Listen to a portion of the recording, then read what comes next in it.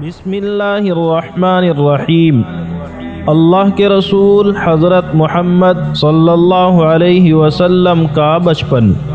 پیدائش کے بعد نبی اکرم صلی اللہ علیہ وسلم نے سب سے پہلے اپنی ماں سیدہ آمینہ کا دودھ پیا۔ اس کے بعد کچھ دن حضرت ثویبہ اسلمیہ رضی اللہ عنہا نے آپ کو دودھ پلایا۔ یہ حضرت ثویبہ اللہ کے رسول صلی اللہ علیہ وسلم کے چچا ابو لہب کی باندی تھی، جس کو ابو لہب نے رسول اللہ صلی اللہ علیہ وسلم کے پیدا ہونے کی خوشی میں آزاد کر دیا تھا، اور انہی ثویبہ نے رسول اللہ صلی اللہ علیہ وسلم کے چچا حضرت حمزہ رضی اللہ عنہ کو بھی دودھ پلایا تھا۔ اس لیے نبی اکرم صلی اللہ علیہ وسلم اور حضرت حمزہ رضی اللہ عنہ دودھ شریک بھائی بھی تھے۔ حضرت ثویبہ رضی اللہ عنہا کے کچھ دن دودھ پلانے کے بعد یہ دولت خداداد بنو حوازن کے ایک قبیلے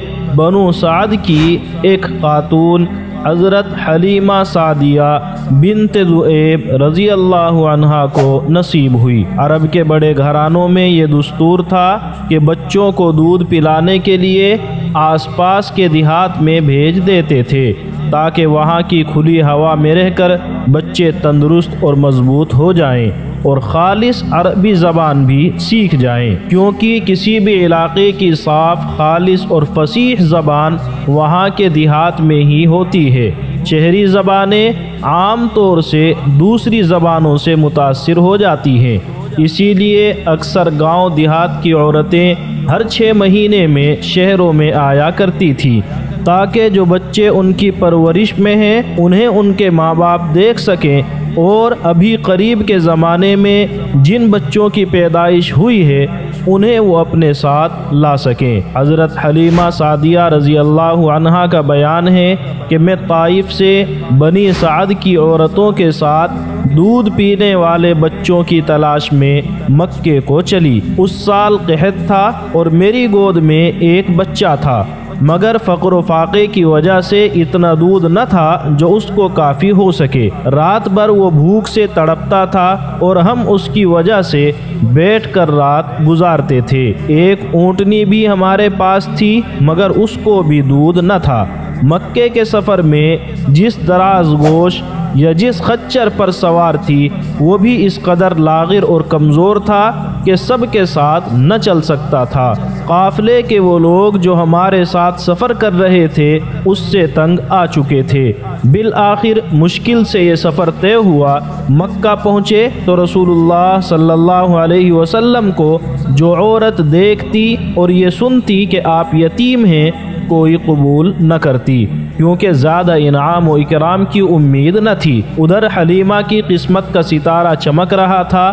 ان کے دودھ کی کمی ان کے لیے رحمت بن گئی، کیونکہ دودھ کم دیکھ کر کسی نے ان کو اپنا بچہ دینا گوارا نہ کیا۔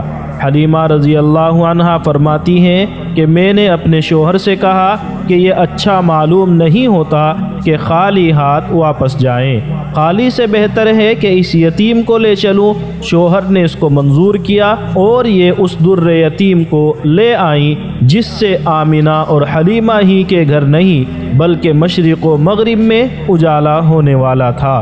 خدا کا فضل تھا کہ حلیمہ کی قسمت جاگی اور سرور کائنات حضرت محمد صلی اللہ علیہ وسلم ان کی گود میں آ گئے۔ حلیمہ کا قافلہ جہاں پڑاؤ ڈالے ہوئے تھا وہاں لا کر دودھ پلانے بیٹھی تو رسول اللہ صلی اللہ علیہ وسلم کی برکتیں ظاہر ہونا شروع ہو گئی۔ اس قدر دودھ اترا کہ آپ نے بھی اور آپ کے رضاعی بھائی نے بھی خوب سیر ہو کر پیا اور آرام سے سو گئے۔ ادھر اونٹنی کو دیکھا تو اس کے تھن دودھ سے لبریز تھے۔ میرے شوہر نے اس کا دودھ نکالا اور ہم سب نے سیر ہو کر پیا اور رات بھر آرام سے گزری۔ مدتوں بعد یہ پہلی رات تھی کہ ہم اطمینان کے ساتھ نیند بھر کر سوئے۔ اب تو میرا شوہر بھی کہنے لگا کہ حلیمہ تم تو بڑا ہی مبارک بچہ لائی ہو۔ میں نے کہا مجھے بھی یہی توقع اور امید ہے کہ یہ نہایت مبارک لڑکا ہے۔ اس کے بعد ہم مکے سے روانہ ہوئے۔ میں اللہ کے رسول صلی اللہ علیہ وسلم کو گود میں لے کر اسی دراز گوش یا خچر پر سوار ہوئی، مگر اس مرتبہ خدا کی قدرت کا یہ تماشا دیکھتی ہوں کہ اب وہ اتنا تیز چلتا ہے کہ کسی کی سواری اس کی گرد کو بھی نہیں پہنچتی۔ میرے ساتھ چلنے والی عورتیں تعجب سے کہنے لگیں کہ یہ وہی ہے جس پر تم آئی تھی۔ الغرض سفر ختم ہوا، ہم گھر پہنچے تو وہاں سخت قحط پڑا ہوا تھا۔ تمام دودھ کے جانور دودھ سے خالی تھے، لیکن میرا گھر میں داخل ہونا تھا اور میری بکریوں کا دودھ سے بھرنا۔ اب روز میری بکریاں دودھ سے بھری آتی ہیں اور کسی کو ایک قطرہ بھی نصیب نہیں ہوتا۔ میری قوم کے لوگوں نے اپنے چرواہوں سے کہا کہ تم بھی اپنے جانور اسی جگہ چراؤ جہاں حلیمہ کی بکریاں چرتی ہیں، مگر وہاں تو چراگاہ اور جنگل کی کوئی خوبی نہ تھی، بلکہ کسی اور ہی لعل کی خاطر منظور تھی۔ اس کو وہ لوگ کہاں سے لاتے؟ چنانچہ ایک ہی جگہ چرنے کے بعد بھی ان کے جانور دودھ سے خالی اور میری بکریاں بھری ہوئی آتی تھیں۔ اسی طرح ہم برابر آپ کی برکات کا مشاہدہ کرتے رہے، یہاں تک کہ 2 سال پورے ہو گئے اور میں نے آپ صلی اللہ علیہ وسلم کا دودھ چھڑا دیا۔ اللہ کے رسول حضرت محمد صلی اللہ علیہ وسلم کا سب سے پہلا کلام۔ حلیمہ کا بیان ہے کہ جس وقت آپ صلی اللہ علیہ وسلم کا دودھ چھڑایا تو یہ کلمات آپ کی زبان پر جاری ہوئے: اللہ اکبر کبیرا والحمد للہ حمدا کثیرا وسبحان اللہ بکرۃ واصیلا۔ یہ آپ کا سب سے پہلا کلام تھا۔ آپ صلی اللہ علیہ وسلم کا نشو و نما اور گروتھ سب بچوں سے زیادہ تھی کہ 2 سال ہی میں اچھے بڑے معلوم ہونے لگے تھے۔ اب ہم دستور کے موافق آپ کو آپ کی والدہ کے پاس لائے، مگر آپ کی برکات کی وجہ سے چھوڑنے کو جی نہ چاہتا تھا۔ اتفاق یہ ہوا کہ اس سال مکے میں طاعون پھیل رہا تھا۔ ہم وبا کا بہانہ کر کے پھر آپ کو اپنے ساتھ واپس لے آئے۔ آپ ہمارے ساتھ رہے، باہر نکلتے اور لڑکوں کو کھیلتے ہوئے دیکھتے، مگر خود علیحدہ رہتے تھے۔ اللہ کے رسول صلی اللہ علیہ وسلم کی عمر جب تقریباً 5 سال کی ہوئی تو ایک روز مجھ سے فرمانے لگے کہ میرے دوسرے بھائی دن بھر نظر نہیں آتے، وہ کہاں رہتے ہیں؟ میں نے کہا وہ بکریاں چرانے جاتے ہیں۔ آپ صلی اللہ علیہ وسلم نے فرمایا مجھے ان کے ساتھ بھیجا کریں۔ چنانچہ اس کے بعد آپ بھی اپنے رضاعی بھائی عبداللہ جو حلیمہ کے سگے بیٹے تھے ان کے ساتھ جانے لگے۔ ایک مرتبہ دونوں مویشی یعنی جانوروں میں پھر رہے تھے کہ عبداللہ دوڑتے اور ہانپتے ہوئے گھر پہنچے اور اپنے باپ سے کہا کہ میرے قریشی بھائی کو 2 سفید کپڑے والے آدمیوں نے پکڑ کر لٹایا اور پیٹ چاک کر دیا۔ میں ان کو اسی حال میں چھوڑ کر آیا ہوں۔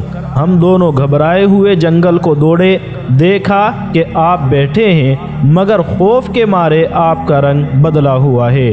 میں نے پوچھا کہ بیٹا کیا بات ہے؟ فرمایا 2 شخص سفید کپڑے پہنے ہوئے آئے اور میرا پیٹ چیر کر اس میں سے کچھ ڈھونڈ کر نکالا، معلوم نہیں کیا تھا۔ ہم آپ کو گھر لائے، اس کے بعد میں آپ کو ایک کاہن کے پاس لے گئی۔ وہ اللہ کے رسول صلی اللہ علیہ وسلم کو دیکھتے ہی اپنی جگہ سے اٹھا اور آپ کو اپنے سینے پر اٹھا لیا اور چلانا شروع کیا کہ اے عرب کے لوگوں، دوڑو، جو بلا اور مصیبت تم پر بہت جلد پہنچنے والی تھی اس کو دور کرو، جس کی صورت یہ ہے کہ اس لڑکے کو قتل کر دو، اور اگر تم نے اسے چھوڑ دیا تو یاد رکھو کہ یہ تمہارے دین کو مٹا دے گا اور ایسے مذہب کی طرف تمہیں دعوت دے گا جس کے بارے میں تم نے اب تک سنا بھی نہیں ہوگا۔ حلیمہ یہ سن کر جھنجلا اٹھی اور آپ کو اس بدبخت کے ہاتھ سے کھینچ لیا اور کہا کہ تو دیوانہ ہو گیا ہے، تجھے خود اپنے دماغ کا علاج کرانا چاہیے۔ حلیمہ آپ کو لے کر گھر آئیں، لیکن اس دوسرے واقعے نے ان کو اس بات پر آمادہ کر دیا کہ آپ علیہ الصلاۃ والسلام کو آپ کی والدہ ماجدہ کے حوالے کر دیں، کیونکہ انہیں احساس ہونے لگا تھا کہ میں صحیح ڈھنگ سے آپ کی حفاظت نہیں کر سکوں گی۔